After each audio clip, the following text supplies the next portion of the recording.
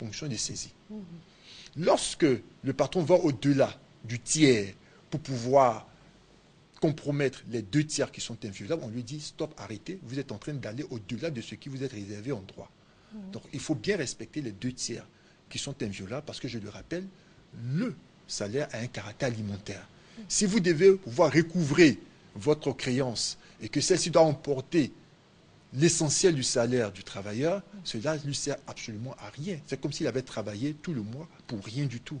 Or, il a des charges. Il doit se nourrir lui-même, il doit se loger, il doit vêtir ses enfants, il doit les soigner. Voilà pourquoi est-ce que le tiers est admis comme étant celui qui est violable, mais les 2 tiers restent inviolables. Très bien. Le salaire est payable jusqu'à quelle date? Le salaire, il est payable jusqu'en début du mois prochain. En principe, les magistrats estiment que le 5 suffit. Le 5, c'est la date butoir. En fait, les juges estiment cela.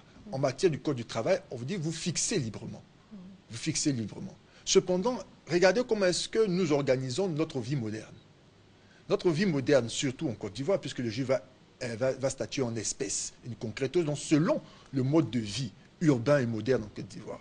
On se rend compte que c'est à la fin de chaque mois ou en début de chaque mois que nous devons faire face à nos différentes factures, à nos différentes obligations mensuelles.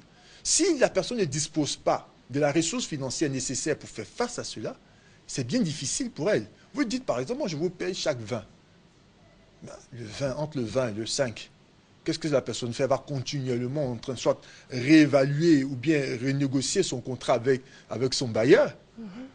Et les différentes factures de la CI, de la compagnie d'électricité et celles de distribution d'eau potable, on ne négocie pas cela. C'est pourquoi est-ce que lorsque vous négociez votre contrat de travail, je pense même que les employeurs sont instruits à cela. À partir du 5 maximum, le 10 au plus grand tard, vous avez droit à ce qui vous revient. Voilà. D'accord. Alors, un employeur qui aurait des difficultés financières, qui estime ne pas pouvoir payer le salarié, quel est le nombre de mois qui serait tolérable et au-delà duquel, et à partir de combien de mois on rentre dans les illégalités, par exemple? Vous savez, le contrat de travail est un contrat qui est astreint à la théorie générale du Code civil. Or, le Code civil est un droit rigide, il est un droit incisif, à la limite, il ne pardonne pratiquement rien. Le non-paiement du salaire constitue une faute contractuelle et suffit pour pouvoir justifier la rupture du contrat. Et le patron serait en faute. Donc, le seul fait d'avoir pas payé son salaire un mois peut justifier pour le salarié de vous poursuivre en justice. Mais là encore, on va avec beaucoup plus de temps parce que ça sert à quoi d'être aussi pressant lorsque vous risquez de perdre beaucoup? Si on se rend compte que le patron n'agit pas de mauvaise foi et que réellement il a un problème de trésorerie ou alors il a quelques difficultés économiques, à ce moment-là, on peut patienter 1 mois, 2 mois. Mais lorsqu'on se rend compte que cela devient récurrent dans le sens où on laisse traîner les choses, on justifie ça, le même justificatif, j'ai des problèmes financiers. Ou alors on n'a que toujours des retards dans le paiement, ce qui met en difficulté le salarié, cela constitue une faute lourde. Et donc on peut demander la rupture du contrat de travail. Il peut démissionner, mais cette démission sera considérée comme une démission forcée, donc comme un licenciement abusif pour la faute caractérisée du travailleur. Mais ce que l'on peut ajouter pour les uns et les autres, c'est que les arriérés de salaire doivent être réclamés sur un délai de 2 ans, sous peine de prescription. Vous avez quelqu'un qui vous doit votre salaire, ne serait-ce que de 1, 2, 3 mois, 6 mois. Vous avez jusqu'à 2 ans pour pouvoir faire valoir vos droits en justice. Si au bout de ces 2 années, vous n'avez strictement rien fait, jamais introduit une action en justice, aucune démarche de ce genre-là, à ce moment-là, vous perdez vos droits. Ils partent aux pertes et profits. Ça, c'est clair. Cependant, il est accordé ce que l'on appelle une certaine souplesse, puisque je vous dis que le Code du travail ou le droit du travail est un droit qui est protecteur du salarié et que nous estimons que selon l'histoire même de ce droit-là, les salariés sont les moins instruits en réalité. S'il se trouve qu'au bout des 2 ans, vous n'avez rien fait, que vous rappelez un matin ou quelqu'un, par la bonne fortune, vous dit voici ce qui est de vos droits, et que vous obtenez la reconnaissance du patron que celui-ci vous doit effectivement de l'argent pour le non-paiement du salaire que vous aurez dû avoir au cours de l'exécution de votre contrat de travail, à ce moment-là, ce délai de prescription-là qui vous freinait va tomber et les magistrats vont vous accorder le droit de faire valoir vos prétentions en justice. Ma question suivante, mais vous allez y répondre après la variété. La question, c'est de savoir comment prouver justement qu'il y a une dette si le patron Ne vous donne jamais de bulletin de salaire. Tout à fait, il n'y a pas de bulletin de salaire. Et c'est de la main à la main. Donc quand elle dit « Ah, mon patron me doit 4 mois », il dit « Mais tu débloques ou quoi? Mais je t'ai tout payé. » Donc quel est le recours justement? Mais ça, on en parle juste après cette transition musicale. Apa Georges,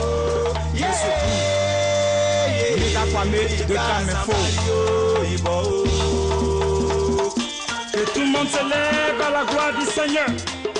Car l'Éternel lui-même a dit, là où 2 ou 3 personnes sont réunies à mon nom, moi l'Éternel, je suis présent.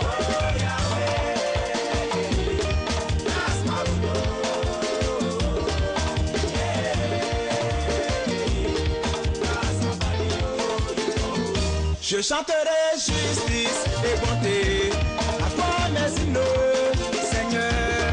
J'irai par le chemin le plus parfait. Quand viendras-tu jusqu'à moi? Je viens tel que je suis, Yahweh. Je veux apprendre à mieux te servir. Je veux chanter ma joie, oh lui, la prier sur les toits.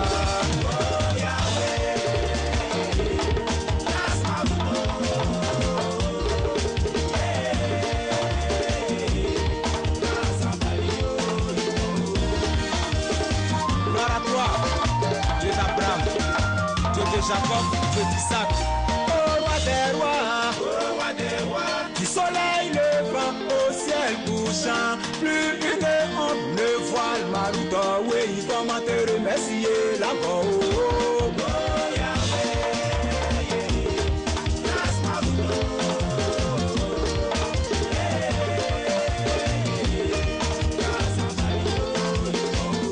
Mon âme tremble de joie, je pleure. Je suis libre de toi, Seigneur, car je vis la liberté. Toi mon frère, toi ma soeur, qui marche en ce monde sans destin. Apprends à connaître ton sauveur, apprends à pardonner ton prochain. Comment peut-on aimer Dieu et haïr son prochain? Père, mon père habitant, Cardinal Benagré, communauté Cité du Dieu.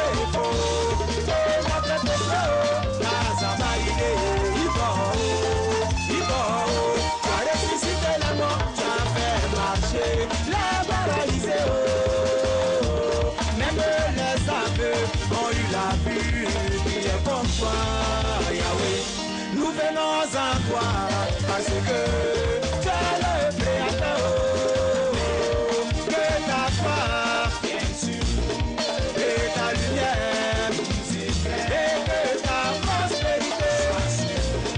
Kazabalio, oui, j'ai Kina, et la vie nous parler. Alors, si vous nous prenez en cours, d'abord merci d'être là. Et sachez que nous sommes avec M. Landry Kyo, qui est notre personne ressource en ce qui concerne le volet juridique que nous avons le mardi. Et nous parlons du salaire. Et nous avons estimé que c'est un sujet fort intéressant qui concerne tout le monde. Parce que dès qu'on se lève le matin, que l'on court jusqu'au soir, c'est justement pour percevoir le salaire. Le salaire qui représente donc la récompense pour un travail fourni. Et donc, pour les personnes qui nous prennent en cours, nous allons résumer tout ce dont nous avons parlé jusque-là, M. Landry. Alors, nous avons dit que toute personne, pour revenir sur vos propos, qui décide de pouvoir se mettre au service d'une autre personne, et non pas de manière gratuite et gracieuse, doit avoir la contrepartie du travail que celle-ci a accompli. Très important. Et pour pouvoir s'inscrire dans le Code du travail, il a dit que pour qu'un contrat de travail existe, il faut une prestation de travail, il faut un lien de subordination, mais il faut aussi la rémunération, dit le salaire. Voilà. Et donc à ce niveau, nous avons dit que le salaire se présentait sur 3 éléments fondamentaux. Il y a le salaire de base qui correspond à la catégorie à laquelle vous appartenez. Il y a les accessoires et il y a le sursalaire. Et on aura le temps de pouvoir revenir là-dessus. Nous avons aussi dit que le salaire est une obligation pour le chef d'entreprise ou l'employeur lorsque la prestation de travail est accomplie. On ne peut pas transiger ou négocier sur le paiement du salaire. Toutes les fois où le salarié a accompli sa prestation de travail. Que le salaire soit payé à la journée, à la pièce, mensuellement ou au chiffre d'affaires, il faut pouvoir payer. Il faut respecter la date prévue au contrat afin de permettre à celui qui a droit à son salaire de pouvoir en jouir car le salaire a un caractère alimentaire. Et parlons du cas spécifique de la Côte d'Ivoire. Nous nous rendons compte que ce soit les fonctionnaires ou les salariés du secteur privé, il y a une réelle révalorisation du salaire parce que décision a été prise par le chef de l'État, par décret, de pouvoir augmenter le SMIC et de pouvoir révaloriser les salaires des fonctionnaires et de débloquer les différents avancements. Nous avons dit ce que cela impliquait réellement, le sens. C'était que pour les fonctionnaires, leur salaire de base puisse connaître un ajout assez intéressant, entre 33 000 entre 34 600 et 170 000 francs CFA. Et pour le déblocage des avancements, cela signifie pour eux de pouvoir voir que chaque 2 ans, ils puissent passer d'un échelon inférieur à un échelon supérieur, ce qui a des incidences financières assez intéressantes. Donc, ils auront les poches un peu plus pleines, certainement, et de pouvoir faire face au coût de la vie qui, mon Dieu, est, ma foi, assez difficile à supporter. Voici ce que l'on a dit. Mais nous avons aussi précisé que le salaire en tant que tel a vraiment besoin d'être formalisé. On a besoin d'apporter la preuve du salaire. Et au niveau de la preuve du salaire, et ce que nous allons aborder aujourd'hui, maintenant, c'est de savoir comment prouver qu'on me donnait une certaine somme d'argent, déjà qu'on me donnait de l'argent, et qu'on me donnait une certaine somme d'argent, lorsque vous avez en face de vous un employeur qui vous a toujours payé main à main et qui ne vous a jamais donné un bulletin de salaire régulier. Voilà la question que nous nous posons aujourd'hui. Et je prenais l'exemple, juste avant la variété, d'une dame ou d'un monsieur qui regarde sa servante qui dit « Oh, tu m'énerves. Tu m'agaces, sors de chez moi, c'est bon, c'est bon. À partir d'aujourd'hui, prends tes bagages et puis fous le camp. Je ne veux plus te voir ici. Mais tu n'es pas possible, tu es trop sale, par exemple. » Oui. Et donc, comme ça, on the spot, comme ça, il décide de mettre fin à un contrat tacite qui le liait. Ça, c'est une option. Et l'autre option, c'est de dire, mais je ne te dois rien du tout. Oui. Je ne te dois rien du tout. Je t'ai tout payé. Et tout. Donc, comment cette servante peut prouver Comment est-ce qu'elle peut prouver qu'on lui doit de l'argent? D'abord, la première difficulté technique pour les juristes que nous sommes est de pouvoir savoir s'il y avait contrat de travail ou pas. Ça, c'est la première des choses. Heureusement, les législateurs ont apporté la précision selon laquelle le contrat de travail peut être constaté par écrit ou peut être verbal. Donc, s'il peut apporter la preuve que de manière régulière, l'individu A réalisait une prestation de service pour l'individu B, que l'individu B agissait en tant que patron, donc manifestait une certaine subordination, une certaine autorité sur la première personne, s'il est apporté la preuve que cette personne-là travaillait contre quelque chose, contre l'obtention d'une certaine somme d'argent, quand bien même on n'avait pas encore eu le temps de pouvoir la définir exactement, cela nous suffit pour pouvoir dire qu'il y a contrat de travail. Première difficulté écartée. Donc toutes les personnes qui pensent que tant qu'il n'y a pas de papier entre nous, on ne peut pas prouver qu'il y a un contrat de travail, se trompent lourdement. Que ce soit écrit ou pas, nous pouvons faire la preuve. La preuve peut être apportée par les témoignages. Et les témoignages peuvent être apportés par le voisinage. Tout à fait. Tout à Elle fait. est là, elle vient régulièrement. Elle vient régulièrement. Exemple, Dans tous les cas, ce n'est pas votre petite sœur. Ce n'est pas une parente. Elle ne vous connaît nulle part parce que vous n'êtes pas un personnage public pour qu'elle puisse vous donner sa prestation de travail, son énergie, jour après jour, tout simplement parce que vous avez de beaux yeux ou que vous êtes une star. Non. Quand elle vient, c'est une question de logique. Cette personne se déplace pour quelque chose. Ce quelque chose-là, c'est quoi? C'est quelque chose-là, c'est pour qu'elle puisse obtenir de l'argent, c'est-à-dire un salaire. Donc ça suffit pour nous pour établir l'existence d'un contrat de travail. C'est au niveau maintenant de la quantification du salaire. Combien vous doit-on? Là, la difficulté se pose lorsqu'on n'a jamais donné un bulletin de salaire, même pas une feuille de papier volant, sur laquelle il est marqué une certaine somme d'argent. Quand même celle-ci serait irrégulière. Très souvent, le monsieur va vous donner 100 000. Après, il va vous donner 50 000. Selon son bon vouloir et dans ce qu'il a envie de donner. Nous, à notre niveau, nous disons, cette personne appartient, elle effectue quelle tâche? quel travail? Cela correspond à une catégorie professionnelle. C'est dans quel secteur d'activité? On identifie le secteur d'activité et nous savons le salaire de base. Donc, il n'y a pas de mystère à ce niveau-là. Nous avons tous les moyens qui sont prévus par la loi pour nous permettre d'évaluer ce que vous devez à la personne. Si nous arrive de pouvoir prouver qu'un contrat de travail existait effectivement. Vous ne pouvez pas dire, vous n'avez pas de papier, il n'y a rien à prouver. Il y a des bases juridiques qui sont données par le Code du travail et la Convention collective interprofessionnelle qui nous permettent d'évaluer un minimum à donner à cette personne. Donc on peut établir qu'il y a prestation. Oui. On peut établir qu'il y a une fourchette de rémunération Bien qui est sûr. censée être donnée. Mais comment prouver que le monsieur ou la dame doit encore de l'argent? C'est la parole de l'un contre l'autre. La servante dit, mon patron me doit 4 mois de salaire. Oui. Le patron dit, non, j'ai tout payé, elle veut juste m'embêter. Comment est-ce qu'on peut départager et savoir, dès l'instant où il n'y a pas de bulletin, il n'y a pas de signature Bien sûr. de la servante pour dire qu'elle a récupéré son argent du mois de juin, de juillet, comment est-ce qu'on peut les départager? C'est en cela que la justice du travail, elle est formidable. Au lieu que nous puissions entrer dans une justice de droit civil ou qui est mécanique, où celui qui apporte l'accusation doit systématiquement apporter la preuve. S'il n'a pas de preuve, il ne peut rien prouver. Donc s'il ne peut rien prouver, il ne peut rien avoir comme droit. Dans ce cas précis, le juge du travail est beaucoup plus flexible. Il va interroger le travailleur. Il dit, il me doit 4 mois de salaire, mais il ne m'a jamais donné de bulletin de salaire. Ou il m'en a donné, mais il y a 4 mois qui ne sont pas payés. Le patron va dire, je ne vous dois rien. Or, dans ce rapport juridique, c'est l'employeur qui a plutôt une plus haute responsabilité et prend toutes les différentes mesures afin de sécuriser l'environnement de travail. Alors, à lui, on lui demandera, monsieur, comme vous dites que vous ne devez absolument rien, apportez quittance. Apportez donc un élément qui prouve que vous avez effectivement payé. Alors, toute la difficulté se trouve là.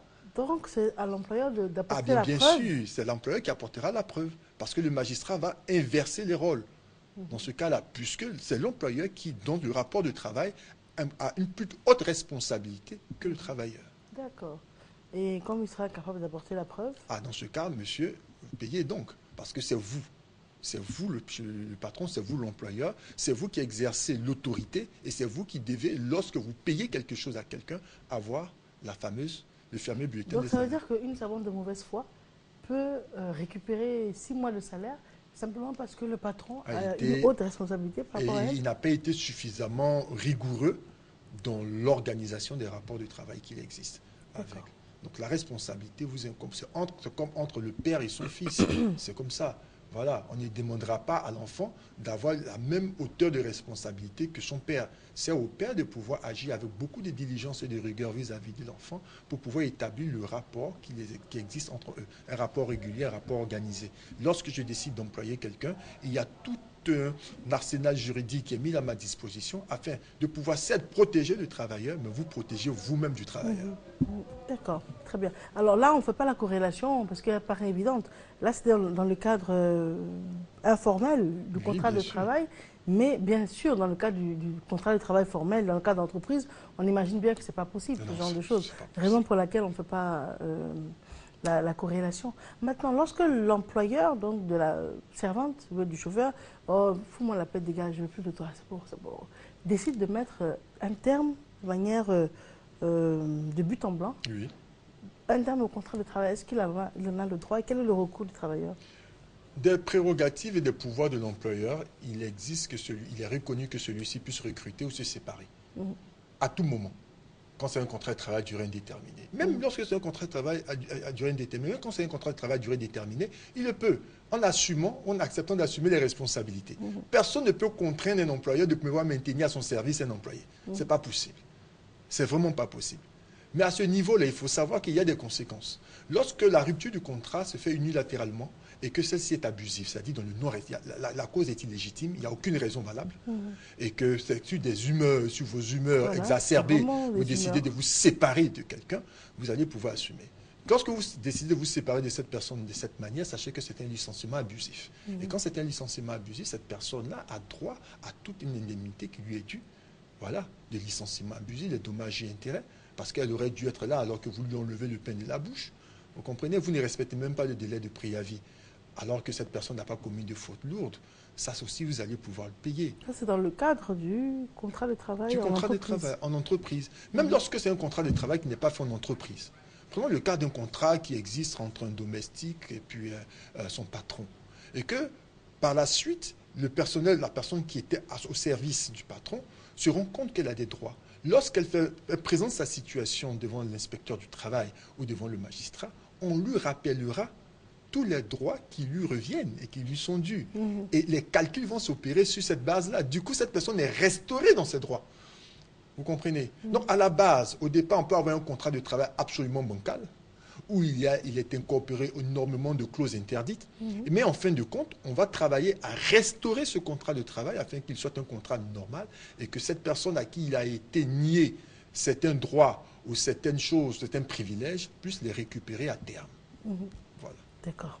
Et dans le cadre informel, comment ça va se passer? Dans le cadre informel, comme je vous l'ai dit, toujours, on te rattrape toujours. Si c'est informel à la base, on va formaliser en fin de compte. Vous avez cru pouvoir vous en sortir avec quelqu'un tout simplement parce que cette personne n'est pas très bien lettrée et puis c'est un secteur d'activité dans lequel on n'est pas très regardant sur la formalisation des actes. Sachez que s'il survient litige et que ce litige est porté à la connaissance des autorités administratives et judiciaires en matière de droit de travail, il sera rappelé à celui qui est la victime ses droits. Là, on va rattraper ce contrat, là, on va le restaurer et là, on va vous imposer de pouvoir payer ce que vous aurez dû payer depuis longtemps. Prenons le cas d'un contrat de travail dans lequel la personne a été sous-évaluée, sous-payée, c'est-à-dire en deçà du SMIC.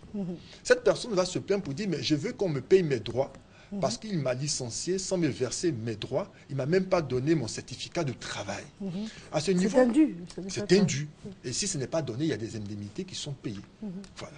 L'inspecteur du travail, à la base, va s'interroger sur la question de savoir à combien étiez-vous payé. Il va regarder, identifier votre catégorie professionnelle et voir le salaire correspondant. S'il se rend compte que le salaire était en deçà, on va restaurer cela. On ne peut pas payer vos droits. La justice ne peut pas être rendue sur la base d'une injustice. C'est un principe. La justice sera rendue sur la base de la restauration de la justice. Donc tout ce qui est de l'argent qui devait vous être payé à titre de salaire et qui a été oublié quelque part, tout simplement parce que votre salaire a été sous-évalué, sera restauré. Donc il y aura toute cette compensation qui sera réalisée afin que vous puissiez totalement restaurer dans vos droits. Donc lorsque vous avez des difficultés de la sorte, il ne s'agit pas de vous attraper la tête, de faire un scandale. Parce que très souvent, on a la mauvaise attitude de faire un scandale et les dégâts que nous allons commettre sont beaucoup plus grands et beaucoup plus lourds que les droits que qu'on va nous reverser. Du coup, compensation pour compensation, vous n'aurez rien. Lorsque vous êtes confronté à une telle situation, gardez votre calme. Si vous n'avez pas les moyens de vous prendre les services d'un avocat, vous pouvez vous rendre directement devant l'inspecteur du travail. Dans chaque commune de Côte d'Ivoire, il y a un service qui abrite des inspecteurs de travail, des experts en la matière qui vont vous conseiller utilement. Si vous vous rendez compte qu'au niveau de l'inspection du travail et des lois sociales, les choses sont telles que vous avez l'impression que le droit penche plutôt en faveur de l'employeur qui semble être plus fort financièrement parlant, rendez-vous devant le magistrat. C'est notre dernier recours. Même je le répète, si en matière de... Est-ce qu'on a facilement accès au magistrat? C'est une simple plainte qui est portée au greffe du tribunal du travail. Et lorsque dans la région dans laquelle vous êtes, il n'y a pas de tribunal du travail, c'est le tribunal de première instance qui est compétent dans la matière-là. Si donc nous n'avons plus confiance en la justice, qui est notre ultime recours en tant que citoyen, il ne nous reste plutôt que la vendetta, Mariam. À ce moment, on sort du cadre des sociétés civilisées et organisées. C'est pourquoi est-ce que la responsabilité incombe autant aux responsables administratifs qu'aux responsables judiciaires, dont le respect des droits qui doivent être reconnus aux différents citoyens. Parce que plus on leur enlève cette espérance-là, plus vous les poussez vers la jungle, vers des comportements irresponsables. Mais avant la vendetta, je pense qu'il y a quand même la conciliation. Donc on pourrait parler dans le cadre du... La conciliation... On va en parler tout à l'heure. D'accord. La conciliation. Et puis, il y a une différence, il y a une nuance que l'on aimerait faire entre l'agent de l'État et le fonctionnaire. Ah, bien sûr. Parce que c'est assez... Oui, c'est le cas. Vous savez, d'accord. l'État... Mais, après la vérité. Ah, d'accord.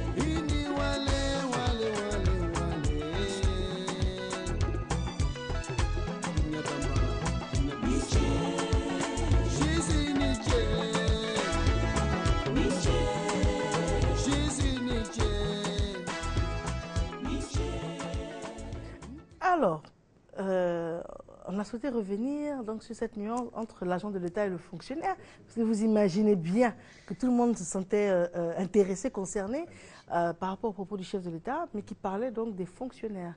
Donc, agent de l'État, fonctionnaire, quelle est la nuance? Alors, déjà, il est bon de savoir que l'État est un employeur. Et il emploie deux catégories de personnes dont le statut juridique diffère en fonction des différentes règles juridiques qui les organisent, qui leur donnent naissance, qui les créent, qui les organisent. Il y a les fonctionnaires qui sont régis par le code de la fonction publique. Et puis, il y a les agents de l'État qui, eux, sont assimilés aux travailleurs du secteur privé, donc au code du travail. Donc nous autres, par exemple, RTI. Voilà. Par Donc, exemple, c'est ça? à la RTI, il peut y avoir deux catégories de personnes. Okay. Il y a les fonctionnaires, et puis il y a les agents de l'État. Et les agents de l'État, eux, trouveront leur salut dans le livre du Code du travail. Mais pourquoi cette différence? Pourquoi cette différence? C'est tout simple. Vous savez, selon les principes d'organisation d'un État moderne et organisé comme l'État du Côte d'Ivoire, il y a la possibilité pour lui, selon ses prévisions financières et selon sa capacité à pouvoir supporter la masse financière et des différentes tâches à accomplir, de pouvoir recruter des fonctionnaires qui, en fonction de leur statut, sont directement reliés à lui. Et il y a ceux qui sont soumis au Code du travail. Donc, du coup, ça lui permet de jouer sur deux fronts, tout en évitant d'être absorbé et d'être acculé par ces deux catégories de personnel-là. Mais il faut savoir que même être agent de l'État, ce n'est pas une situation frustrante pour autant. Parce que, en tant que travailleur assimilé au Code du travail et à la Convention collective interprofessionnelle, vous bénéficiez d'une protection véritable et l'État vous traitera en fonction de ce que la loi vous accorde. Donc, c'est vrai que certains diront, mais on n'est pas concerné par les avancements. Non, mais c'est la question que j'allais vous poser. Donc, les agents de l'État sont-ils concernés? Non, ils ne sont pas concernés. Laissez-moi finir ma phrase. Donc, les agents de l'État ne seraient pas concernés par ce que le chef de l'État a dit? Non, ils ne sont pas concernés parce que ce sont les fonctionnaires qui sont concernés. Mais comment on bascule de agent de l'État à fonctionnaire? Il faut passer un concours d'admission à la fonction publique. Mais ça, la fonction publique, il y a trois grandes catégories. Il y a l'administration générale, il y a ceux qui appartiennent à l'éducation, à la formation, et puis ceux qui sont du secteur de la santé. Vous comprenez? Donc, si vous voulez basculer de l'autre côté, il y a des concours, il y a tout un processus qui est en place. Mais vous savez que aujourd'hui, on envie les fonctionnaires, mais pendant longtemps, on se riait bien d'eux. Vous comprenez? Vrai, Non, vous vrai, savez que c'est ça vrai. change aussi la vie. Donc, si vous voulez qu'à votre niveau, les choses changent, comme je l'ai dit, il y a la possibilité de réévaluer le SMIC et donc de pouvoir entrer en négociation sociale Donc le avec SMIG, qui est le salaire interprofessionnel garanti, garantie, ça c'est SMIG. le SMIC. Et puis, Maintenant, il y a le on SMIC, parle du SMIC, avec SMIC, C à la fin, avec C à la fin, qui est plutôt catégoriel. catégoriel. Catégoriel. Salaire interprofessionnel catégoriel. Ça veut dire que par chaque catégorie professionnelle, il y a un minimum. Voilà, et ce minimum est forcément au-dessus du SMIC. Voilà. Et là, vous pouvez vous battre. Quand je parle de vous battre, c'est plutôt par l'argumentaire Bien sûr. et non pas avec les bras en cassant tout. Si vous le faites, les chefs d'entreprise vont fermer, ils vont délocaliser. Mais dans tous les cas, il y aura quand même une difficulté, c'est une opposition. Parce que l'augmentation du SMIC aura déjà une incidence économique et financière sur les entreprises. Leur demander immédiatement d'augmenter le SMIC, ça serait quand même difficile à mon avis. Il faut laisser le temps aux entreprises de s'adapter tout en introduisant le débat. Et on peut en parler déjà, et c'est ce qu'on est en train de faire, pour pouvoir éveiller l'esprit des uns et des autres, afin que, du point de vue de la qualité de la masse salariale en Côte d'Ivoire, on puisse vivre beaucoup mieux et que le panier de la ménagère se remplisse à nouveau et que les assiettes des enfants soient constituées d'aliments nourrissants. Voilà. Très bien. Alors, nous sommes à quelques minutes de la fin de ce magazine. Je vais vous poser ma dernière question. On parlait de vendetta, au cas où donc, le droit ne serait pas respecté. Mais il y a une autre option, qui est donc la conciliation. La conciliation. On va en parler pour conclure. La conciliation est quelque chose sur lequel le droit du travail met un accent particulier. Parce qu'il n'est d'aucun intérêt pour le travailleur de traduire son employeur en justice. Son ego serait fouetté, il se sentirait comme trahi et son autorité prendrait un coup vis-à-vis des autres. Or, nous savons que le rapport d'autorité et de subordination est fondamental en matière de rapport de travail.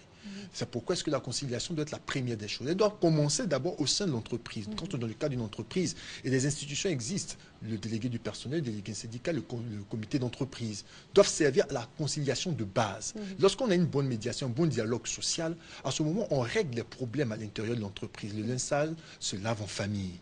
Mais lorsqu'on ne bénéficie pas de ce mécanisme interne, à ce moment, on est plus enclin à traduire ou à transvaser nos problèmes, à les transporter devant l'administration publique.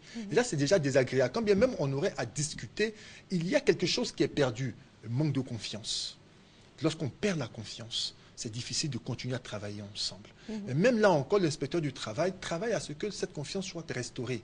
Et nous lui demandons d'être beaucoup plus impliqué, plutôt que d'être celui qui est le bon fonctionnaire derrière son bureau et qui n'intervient que lorsqu'il y a des difficultés. Il faut pouvoir prévenir les difficultés en entreprise. Et c'est aussi le rôle du droit, parce qu'on n'a aucun intérêt à ce que les emplois soient détruits et que quelqu'un perde son emploi. C'est important. Et même devant le magistrat, avant même que l'on puisse débattre du fond de l'affaire, il y a d'abord une audience de conciliation. Cette audience de conciliation est celle par laquelle le magistrat espère amener à la raison les différentes parties et leur permettre de pouvoir se donner main à main et retourner travailler ensemble. Quand bien même en matière de statistiques, les audiences de conciliation ne sont pas très fructueuses, il faut pouvoir y mettre l'accent et se dire, si votre travailleur, votre salarié vous emmène en justice, ce n'est pas forcément pour vous défaire, mais c'est pour pouvoir trouver une solution. C'est parce que vous ne lui avez pas accordé l'écoute nécessaire. Mais c'est difficile à dire. Oui, c'est difficile. Donc, du coup, si vous voulez ne pas connaître cette situation désagréable, commencez à organiser l'intérieur de votre entreprise dans un cadre de dialogue et de négociation sociale dans lequel les problèmes sont réglés de manière préventive. Très bien. Je tenais à vous remercier, à vous féliciter également. Je pense que le public a réalisé que nous n'avions pas d'invité la direction commerciale et marketing. Et M. Landry Cuyot s'est bien prêté au jeu. Et en tout cas, je vous remercie. C'est nous qui vous remercions. Et à la semaine prochaine. On vous joint comment? Alors, nous jouons au 40 72 40 21. Merci bien. Nous, on se retrouve, c'est peut-être Dieu, demain dans le cadre de ce magazine avec Mme Nefer Banti, notre coach en bien-être. D'ici demain, prenez soin de vous et des autres. Au revoir.